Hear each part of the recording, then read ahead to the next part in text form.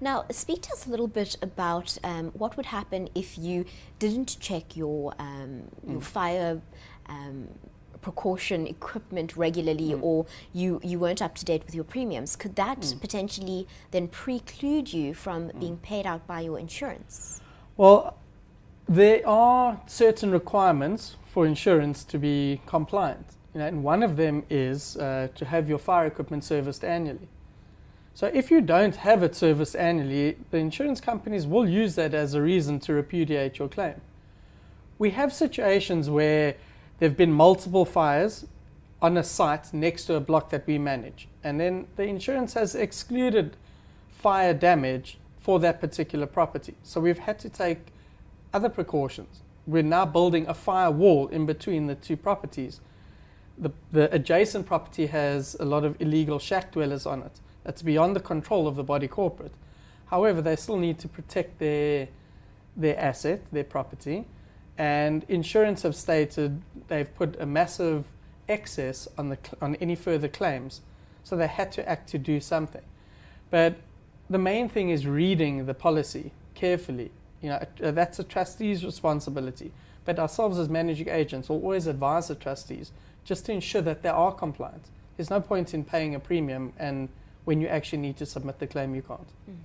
Now, speak to us about property owners who don't live on their properties but use it as an investment, so they have tenants in their home. What happens when you are in Johannesburg or in Mpumalanga and your property in the Western Cape burns down? Where do you begin? Well, I guess that's every property owner's worst nightmare, to get that phone call that your building is on fire.